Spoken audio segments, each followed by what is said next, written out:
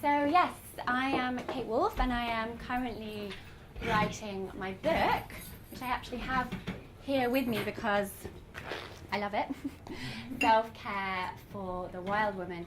And the title for the book really came like that, like a download, and the writing comes out like a soul roar. And it comes in the funniest moments. I might be in the shower or the bath and it's like, oh my God, I have to get out and write my book.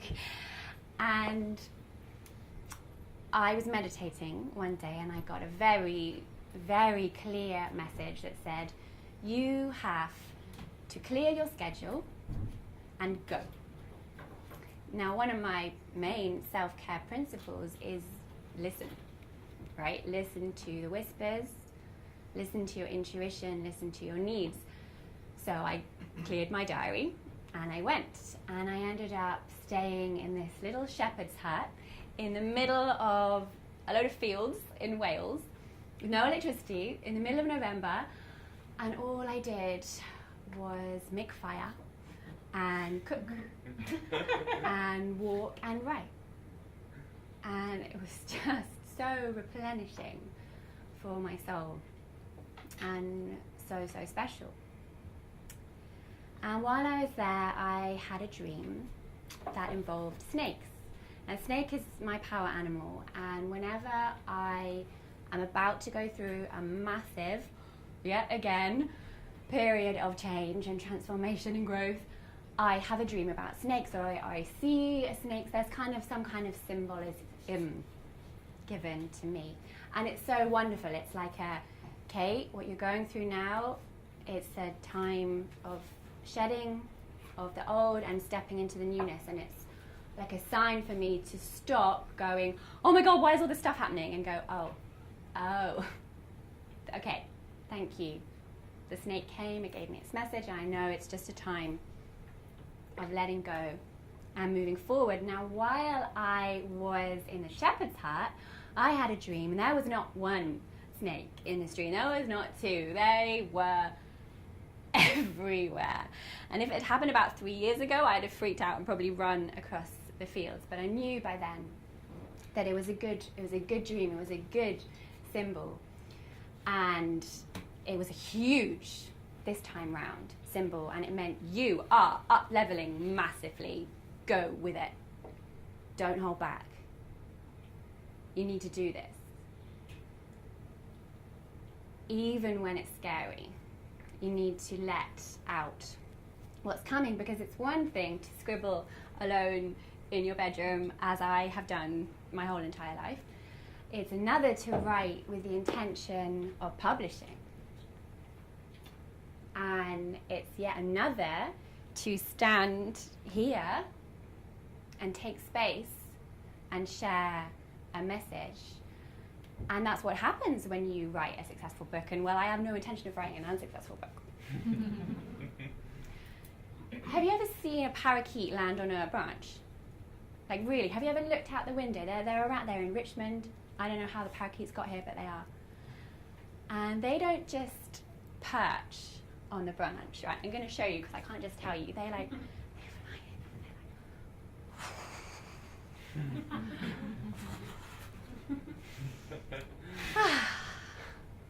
they take their space. And if another bird comes along, I watched this out my bedroom window, and a pigeon came along, and a parakeet was just like, buddy, no way. Like, this is my space. And so many of us are so scared, and I say this from utter personal experience, but they're so terrified of just taking your space and daring to say words that you believe in and that you care about. Daring to share your message and daring to walk your talk. And I actually had the inverse of that message shared with me by a very wise coach and friend. She said to me, Kate, you have to talk your walk. You know, for years you've been living in a certain way that people need to hear about. You need to talk your walk.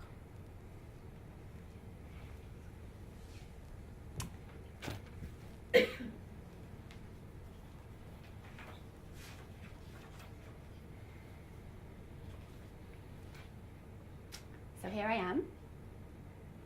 And this is my message. You can create the life you dream of. You can create that life by living in alignment with it now. So if you're not living your dream, there are questions you need to ask yourself. Where am I out of alignment with what I say I want? Where am I not showing up with what I say is really important to me and I value? Where am I out of integrity with that? And it's not an easy journey. But personally, I'm not looking for an easy journey. I want a full journey. I want an exciting journey. I want it full of adventure and love and loss. Yeah. Because every time I experience a new level of loss, a new painful level of loneliness, a new emotion that I didn't even know I was capable of feeling, it just opens me up some more to life. It widens my emotional capacity, my ability to be with others however they are, not needing them to be any different because I can't cope with how they are, because I can't cope with that in myself, right? When you can be with yourself through any shitty feelings, you can sit alongside someone else in that place.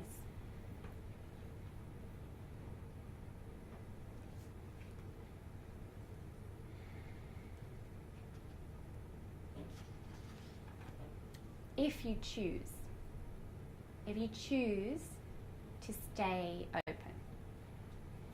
And there are amazing practices which I do. Yin yoga is an amazing, amazing self-care practice of coming into a pose and finding your edge. And it's not comfortable, right? You're not comfortable, but you're practicing being with whatever comes, whatever emotion comes, whatever physical experience comes. And then you take that out into the world, that ability to be with what is. Also clowning. I do a lot of clowning. I do a lot of work with children with special needs. Just earlier today, not many hours ago, I was dressed very differently, running around a room with 10 children with special needs, being as silly as I know how. And that is an amazing way to care for yourself, to let go of all the responsibilities and scheduling of adulthood and be as silly as you know how. And the other way is to really, really, as I said at the beginning, listen to your needs, to your wants. I have a poem which is in the book and which I want to share you now, and it's inspired by the horrible phrase, "I want doesn't get." Okay, so it's called I Want. Because who made wanting stuff wrong? So I want to feel loving and free, fully self-expressed, all of me. Deliciously tingly, open to newness and surprises. Fire dancing, water bathing, sand between my toes, sun on my face, pleasure embodied.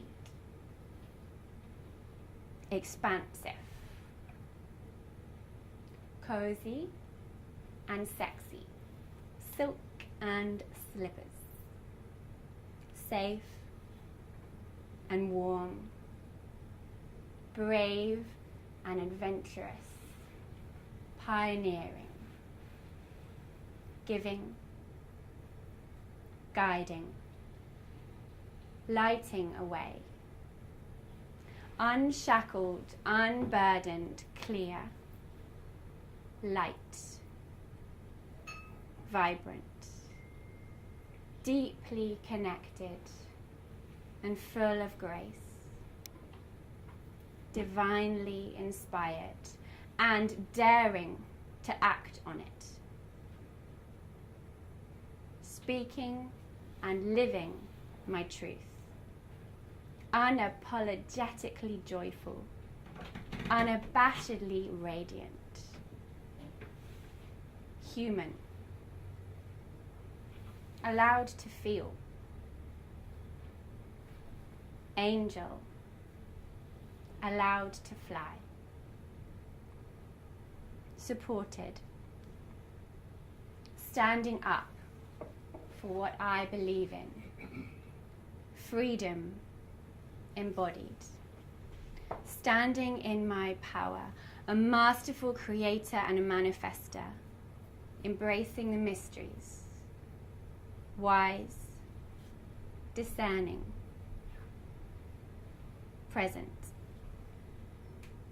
listening and trusting and following the whispers, experiencing magic and miracles, and a full up heart, blissfully loved and wildly grateful.